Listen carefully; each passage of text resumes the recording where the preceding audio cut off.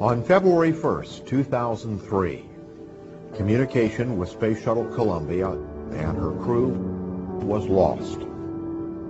Columbia, Houston, UHF comm check. They were 16 minutes from home. Columbia, Houston, UHF comm check. Columbia, Houston, UHF comm check.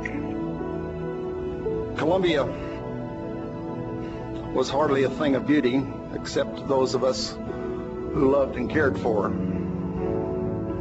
She was often bad-mouthed for being a little heavy in the rear end, but many of us can relate to that. Many said she was old and past her prime. Still, she had only lived barely a quarter of her design life. Columbia had a great many missions ahead of her. She, along with the crew, had her life snuffed out in her prime. Just as her crew has, Columbia has left us quite a legacy. Hail Columbia. Their mission was almost complete, and we lost them so close to home. The men and women of the Columbia had journeyed more than 6 million miles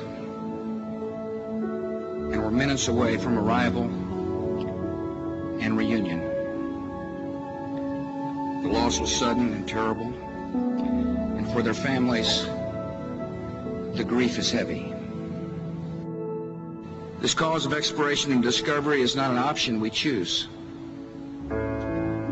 It is a desire written in the human heart. We are that part of creation which seeks to understand all creation. We find the best among us, send them forth into unmapped darkness, and pray they will return.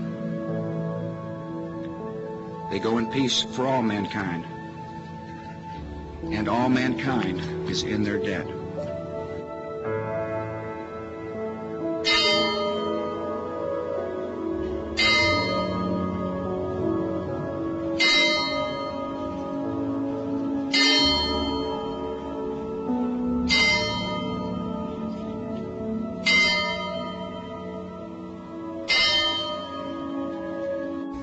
Our journey into space will go on.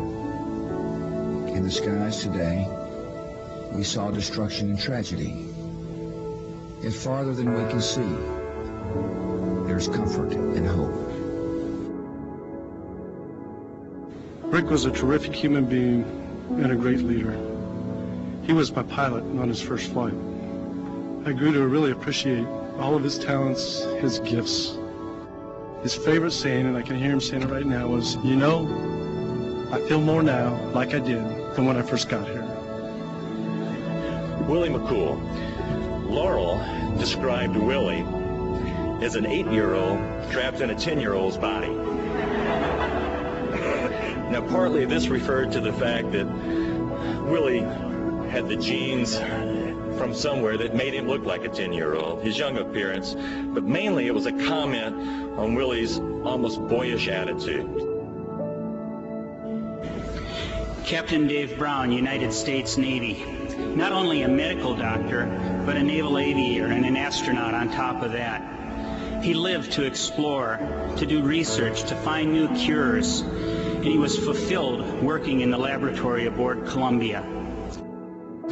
Kalpna, or Casey to her friends, she had a terrific sense of humor and loved flying small airplanes with her husband and loved flying in space. Flying was her passion. She would often remind her crew as their training flow would be delayed and become extended. She would say, "Man, you are training to fly in space. What more could you want?"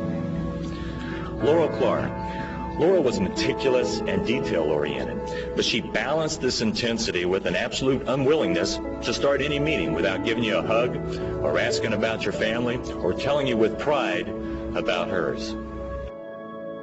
Mike, he was a perfect choice for the payload commander. Organized, thorough, someone you could absolutely count on, a gifted leader. We all loved to see him laugh. And when he laughed, we laughed with him even harder. Ilan Ramon turned to me with a question. How does one mark the Sabbath in space? With every 90 minutes, another sunset. Every 10.5 hours is a Sabbath. Every 20 days, Rosh Hashanah. Jerusalem, we have a problem.